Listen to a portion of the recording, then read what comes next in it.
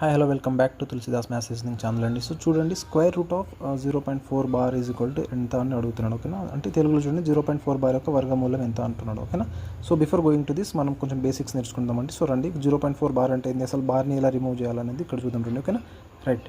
0.4 bar అంటే అర్థం ఏంటిదంటే బార్ని తీసేయాలంటే, సో చూడండి, ఫస్ట్ ఆఫ్ ఆల్ మనం 4 ఉంది కదా, 4 ఎట్లుందో అట్లే రాసుకోవాలి, ప్లస్ డివైడెడ్ బై దాని తర్వాత ఎన్ని డిజిట్ల మీద బార్ ఉంది, ఎన్ని డిజిట్ల మీద ఉంది, ఒక డిజిట్ మీద ఉంది కాబట్టి 9. ఓకేనా, సో 4/9 ఇది దీనికి ఆన్సర్.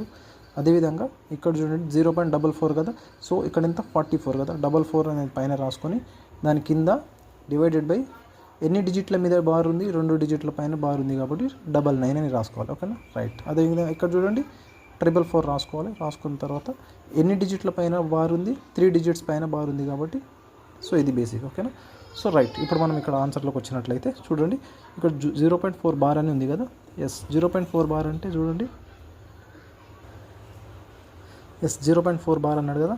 సో అంటే 4 డివైడెడ్ బై ఎన్ని డిజిట్ పైన ఉంది బారు, ఒక డిజిట్ పైన కాబట్టి ఒక 9 రాసుకుంటాం. ఓకేనా, కానీ వాడు క్వశ్చన్లో ఏమన్నాడు అంటే the square root of 0.4 bar అన్నాడు. కాబట్టి ఇక్కడ స్క్వేర్ రూట్ అనేది అప్లై చేయాలి మనం. ఇక్కడ స్క్వేర్ రూట్ అప్లై చేసేసినాం. ఓకేనా, రైట్. ఇప్పుడు చూడండి, స్క్వేర్ రూట్ చేస్తే ఏమవుతుంది, 2 స్క్వేర్ 4 కదా, అదేవిధంగా 3 స్క్వేర్ 9 కదా, కాబట్టి ఇక్కడ 2 పెట్టుకోవాలి. ఓకేనా, డివైడెడ్ బై 9 కదా, 9 వర్గమూలం ఎంత, స్క్వేర్ రూట్లో 9 ఎంత, 3 కదా.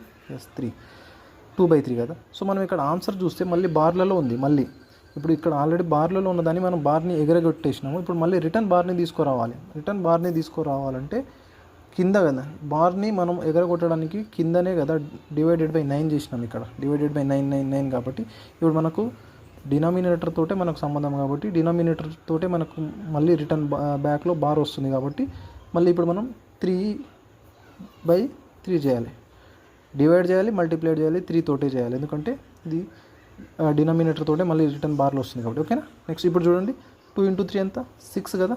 ఎస్, 6/3 × 3 ఎంత, 9 కదా, 9 అంటే 6/9. అంటే దీని అర్థం ఏంటిదంటే పైన ఎన్ని డిజిట్ ఉంది, ఒకటే కదా, 0.6 బార్, మళ్ళీ బార్ పెట్టుకోవాలి ఎందుకంటే 9 కదా, కింద 9 ఉంది కాబట్టి పైన బారు.